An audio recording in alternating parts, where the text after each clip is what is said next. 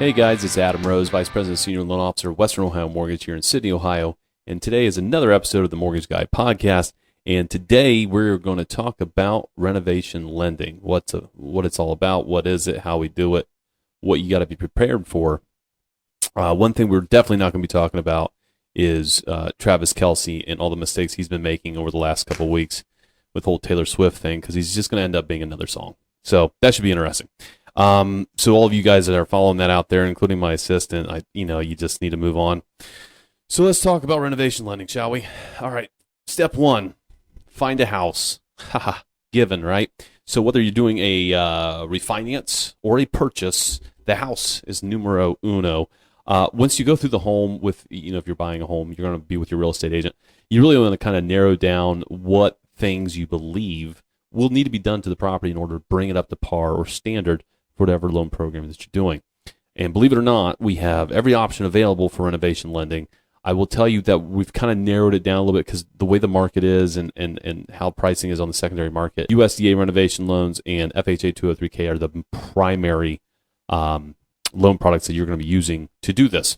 So ones with no money down, ones with 3.5% down. So we'll just focus in on FHA 203K. That is the most common loan program out there. So you're going to go through the house with your real estate agent. We're going to try to figure out, hey, what does it need? Does it need new furnace? Does it need new HVAC or roof? Does it need new windows, flooring, painting, whatever it is? Let's determine that information. Step two, obviously getting a contract on said property is extremely important because all this work will be done for nothing if you are not in contract on the house. So we're going to get in contract on the house. In the contract, we're going to have some specific verbiage that we want to put on there talking about the type of financing the borrower is applying for and that it is contingent or subject to additional lender required repairs. And the reason we say that is because just because we have a wish list item of what needs to be done per the buyer's eyes and real estate agent's eyes, the appraiser could go out there and say, hey, you missed these items. These need to be addressed for the financing. So we always have to put that verbiage on there just so the seller and the listing agent is aware that it could be subject to change, right? And it can change your loan amount and change your approval. So 1, find home. 2, get in contract. 3, the most important piece of this, and this is the wrench, right? When we do financing, we get a lot of feedback on, the lender takes the blame for a lot of stuff, right? Whether it's inside of our control, outside of our control or not. I can tell you one thing. Our process is exactly the same with every person. Therefore, if something goes extremely fast, we don't get any credit for it. We just get, it's a great buyer. If something goes very slow, again, we get the blame for it. Our process is the same. Every borrower is different. Every situation is different. Every loan product is different. People are just different. And that's just the way it is. So the one thing that you're throwing a wrench into this whole thing is a contractor. And it's no knock on contractors out there. I know a lot of them. Some of them are fantastic. Some of them, not so much on the paperwork side, right? That's the one thing no one really likes is doing paperwork. So we have to have a contractor in the back pocket ready to go out the property to bid out this thing. That can be the slowest part, right? We can't really do our job until we have that estimate in there. Some people like to push forward, order appraisals, do all that. And then after the fact, we get this contractor estimate, send it to the appraiser. And a lot of times the appraiser is saying, hey, this is a whole new order. I want another X amount of dollars to do it. So that's what we're trying to avoid. Okay. So anyways, contractor goes out to property. All right. They're going to give you an estimate. Now, the estimate is not just John Doe writing on a scrap piece of paper saying drywall, $5,000, HVAC, $8,000, right? It has to be specific. On their letterhead, their contact information, you're going to sign it. The contractor's going to sign it. They're going to break out material, labor costs. We will coach you through this process. So I'm just giving you a broad brushstroke here. So it needs to be broken out pretty good. And then we are going to vet the contractor. And here's what I mean by that. We're going to get their profile, their resume. We're going to get some references. We're going to get their insurance, make sure they're bonded, right? We're going to do all that to make sure everybody's protected on this job. They're not going to get money and then run off, right? They have a history of doing this work. They have references that state that they're very good at what they do and they communicate.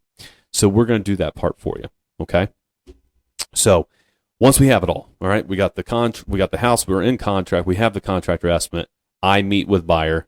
We are going to disclose the loan, okay? Go through all the numbers, how it's going to operate, when we pay out monies, all that fun stuff. And then we're going to order your appraisal. All right. So the reason we do it in these steps, or I prefer to do it in these steps, is when we order the appraisal, we are going to upload that contractor estimate with the appraisal. Okay. And a couple of reasons, obviously, right? The appraiser needs to know that we're doing an FHA 203K renovation loan. They're going to know that we're financing in all these items that the contractor has broken out for us. So when they go out to the appraisal or go out to do the appraisal at the property, they know when they see those items that need to be repaired, it's already addressed, right? They're not going to make it subject to, hey, you got to repair these items before closing. The other thing is when they go out to the property and they look at this repair list, okay, I don't know, adding a bedroom, remodeling bathroom, I don't know, whatever, new granite countertops, whatever you're doing, new roof. When they go out to property, they're going to assume when they do the value, this work is done already. That's how they have to see it, because they're going to give us an after improved value. So if you're buying a house for $100,000, they may give us after assuming the work is already done, it might be 115, 120, whatever it is, right? And the nice thing about 203K financing is everybody always gets concerned, well, what if we don't have enough value? Well, we're allowed to go to 110% of the appraised value for FHA renovation loans. So you have some wiggle room there, okay? So we'll coach you through all that, but that's why we want to do it the way we do it. So we ordered appraisal, we got the value, all this fun stuff. So then we're going to go to closing, right? Well, it's not that fast, but those are the steps in the renovation loan. We're going to make sure everything's addressed, right? But when we close, we will draw out monies to said contractor. All right, that's the short of it. We close, everybody's done, real estate agents are out, they got paid, we're all good. And then us and the loan servicer will be working with said contractor. Every time they need a draw, we send out an inspection, they get a draw for the money, okay? It sounds easy. It's not. Okay. It does take a little bit more time, and we can coach you through all of that. But I want to make you aware that there are options out there. We have a lot of people looking at homes. With the price of homes going up, they're trying to look at a lower price point, and a lot of those lower price points need a lot of work. And so having that renovation option in your back pocket is extremely important, right? It means that we can turn this home that may not qualify for USDA, FHA, VA, whatever, into a livable home and bring it up to par for borrower standards as well, because they can add wish list items. So let's talk about that a little bit. Let's talk about the two different programs, kind of.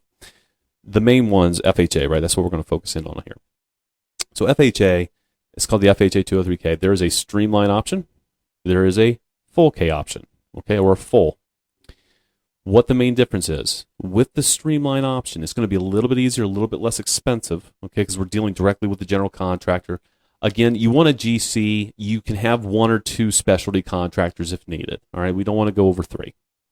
But on this, you're going to need, the renovation budget is going to be less than $35,000, okay, to qualify for a streamline. And no structural changes or changing of the footprint, all right? Meaning we're not dealing with foundation, and we're not putting up walls or tearing down walls. That is a no-go on a streamline K, okay? The flip side. Now, one piece I didn't talk about is on all renovation loans, we are going to have a contingency reserve, okay? So a contingency reserve is, let's say you have a $10,000 estimate. We're going to put an additional 10% or a 15% amount on top of that for overruns or unexpected items the contractor may run into that we might be able to use. Okay, so that's what that is. So when I say $35,000 or less, that's including that contingency reserve. So you need to be around 30 grand, right? 31 grand. All right, so let's talk about, hey, what if we go over $35,000? What if we're doing structural changes? What if we're doing an addition? How's that work? So that's the full K. All right. The main differences between the two, as we kind of touched on, is that 35K mark. So not only can you pretty much do whatever you want to do on a full renovation or a full K loan, but when you do it, specifically, you're going to need a consultant involved. It's called a HUD 203K consultant. They allow you to pretty much do anything you want to do, additions, tearing down walls, ripping up walls, redoing foundations, all that fun stuff. So that's the downside to it, right? I mean, there's pluses and minuses. The downside is it costs a little bit more money. It takes a little bit more time. However, it makes the process a little bit more easy for the lender specifically and the buyer, and really even the contractor, because the consultant is going to do the actual inspection on the house. Okay, they're going to tell us what's needed to be done in order to make sure that this home meets par, and then we're going to add in all your wish list items, right? The granite countertops or new cabinets or whatever you're wanting to do to update the house to make it to your liking. So that consultant is going to work directly with said contractor. They're going to do their consultant work write-up is what it's called, and they can have the contractor actually marry up the way the work write-up reads the same as the bid, all right? So the contractor can write up the bid to match it, break out the material and labor costs and all that. It makes it a little bit easier on the contractor. They're going to be their direct contact or liaison between lender and contractor. So very cool. It makes it a little bit easier on us. They're going to manage the entire construction project. So the draws, right, after they get to a certain point, the contractor needs a draw for the work completed. They're going to inspect it, check the boxes, make sure it's all good, and then tell us, hey, we're good to send out some money. So those are the main differences between the two, just a little bit of an expense, but a little bit extra safety net back there to make sure the job is getting done and is being managed. It gives you, the buyer, a little buffer as well between you and contractor, which is always a plus, right? So that's it for us this week, guys. Remember, subscribe on YouTube. All right, check us out. Make sure you check us out on Spotify and Apple Podcasts, and we will see you guys next week.